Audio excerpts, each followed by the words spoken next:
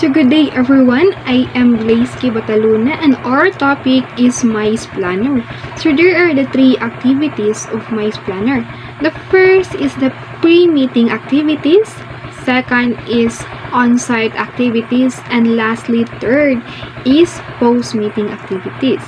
So the pre-meeting activities is gidiscuss na ni Renel Spenelia. And now karon ako ang mo-discuss sa duha the rest ang on-site activities and post-meeting activities. So now let's start on on-site activities. So what is on-site activities?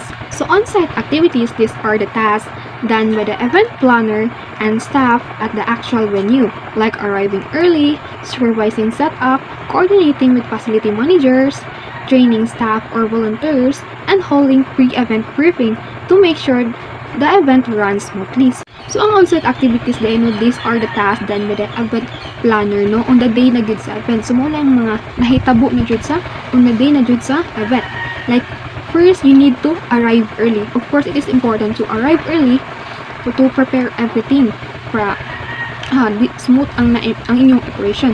So, first is arrive early. For simple meeting, at least 1 hour na nakadito before that the event will start. But if kanang dinagkuay na siya, if mga big convention na bitaw siya, it takes days to prepare everything. So dapat jud nga sayo jud ka mo arrive pud sa kana nga event. And then next is to on-site activities. Natay gitawag nga move-in process. So move-in process, it is when the stages kanang mga chairs, tables, mga decorations, sound systems are moved or brought in to the unset up or gimove bitaw nimo sa kana nga venue mo na move-in process. So after that it is kanang important pod to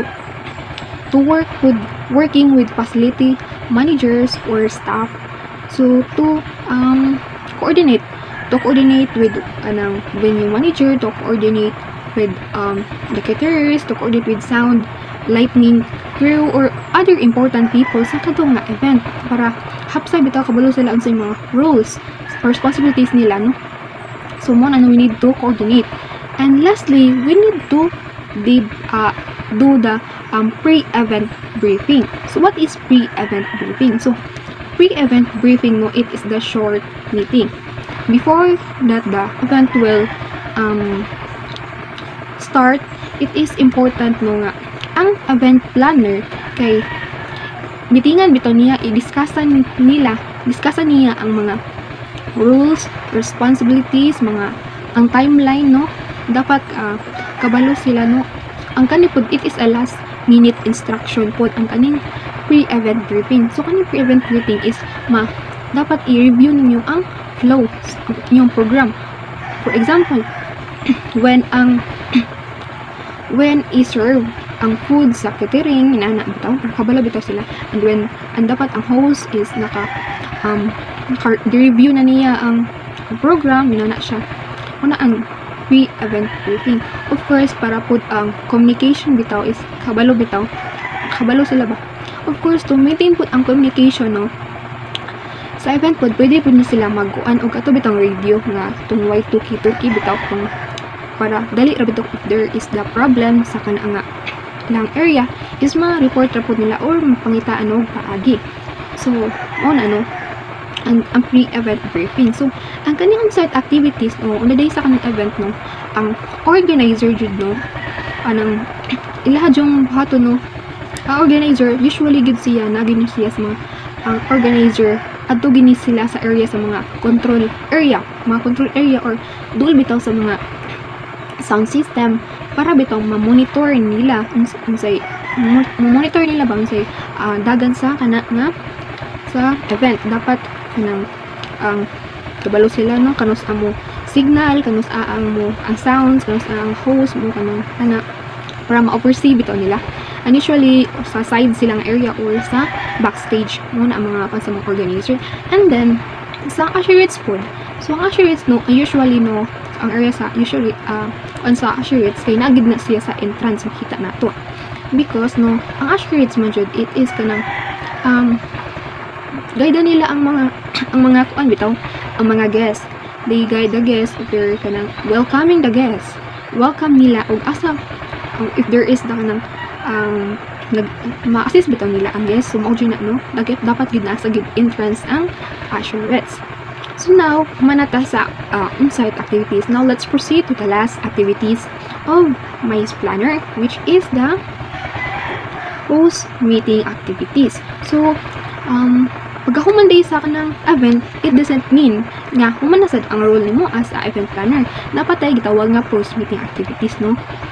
So, what is post-meeting activities? Post-meeting activities, these are the tasks done after the event, such as holding a debriefing, collecting feedback, or evaluation from attendees, and preparing a summary report to improve future events. So, ang post-meeting activities, no, atong lahat, which is kanang mag-anta such as holding a debriefing. So, kaning debriefing day, what did you mean by debriefing day? So, ang debriefing, no, it is the after the event, morning meetingan bitaw ninyo unsay nahitabo, unsay what went well to the event, what a problem, unsay problema or giunsa nila pag-solve ang kana nga problem. Mo na ang kuan sa debriefing, no. Ang kanisang debriefing, no, mao sa ni ang ni-attend sa these are the person who join the kanang pre-event briefing, di ba? Pag on-site activities is nag-kuan man ta, nag-pre-event meeting man ta before that the event will start. So katong mga tao nga ni attend ato, sumusa ni attend aning ato ang kuan, no, debriefing. So diri maistoryahan nato if there is the problem, makatalk ra to, ma-discuss ra nato if there is the encounter nga problem and how they na-solve na kanang nga problem, so that no na makatabang nato for future events nato. And then it is kanang important pud no nga to acknowledge the effort of our like staff, ato mga organizers, ato mga ushers. Of course, we need to acknowledge their effort. Without their help, the event will not be successful. Without pasalamat na sila, ha. So, mo na ang debriefing, no, mag-istoryahin mo. And then, after the debriefing is magkuanta og evaluation or kanang feedback from attendees. So that ato makahibalo ta unsa may what they feel bitaw sa mga attendees, like what their likes, what their dislikes, or mga suggestions nila for improvement pod ni nato. Is kanang important bitaw para kabalo ta bitaw kung asa ta need nimo i-improve, asa gid ka asa mo nang excel nga kato nga asa mo kanang ni kuan ba patok bitaw sa mga anang mga tao, so that no maka-atabang nato for future events kabalo ta. So muna ang gamit sa feedback or evaluation form. And then after the feedback and evaluation form is magdaktaog summary report. So what is summary report di ay? So ang summary report no, it is the short documents where makita nato or ma-show dito what went well, what happened to the event, or success ba or saman usay nitabo sa event. And then napo dito makita ang mga feedback from the attendees, kung sila ang mga likes or dislike o sila mga suggestion, no, na para po nga makatabang for future events kung sa need ni improve. So muna ang purpose sa summary report. And of course po no, anang gamit po ni siya ang summary reports to proof bitaw siya or nakay documentation in case na mangita bitaw na for example ang sponsors sa organizers or management kung na mangita, so nakay ipakita nga documents. So I think no kanang mura na tanan sa post meeting activities. So unsa gani to nga, so what are the 3 activities of MICE Planner gani? So first is pre-meeting activities, second is on-site activities, and lastly is the post-meeting activities. So there are the 3 activities of MICE Planner. So I hope na sabtan ninyo ang 3 activities of MICE Planner. So that's all of my discussion. So bye-bye.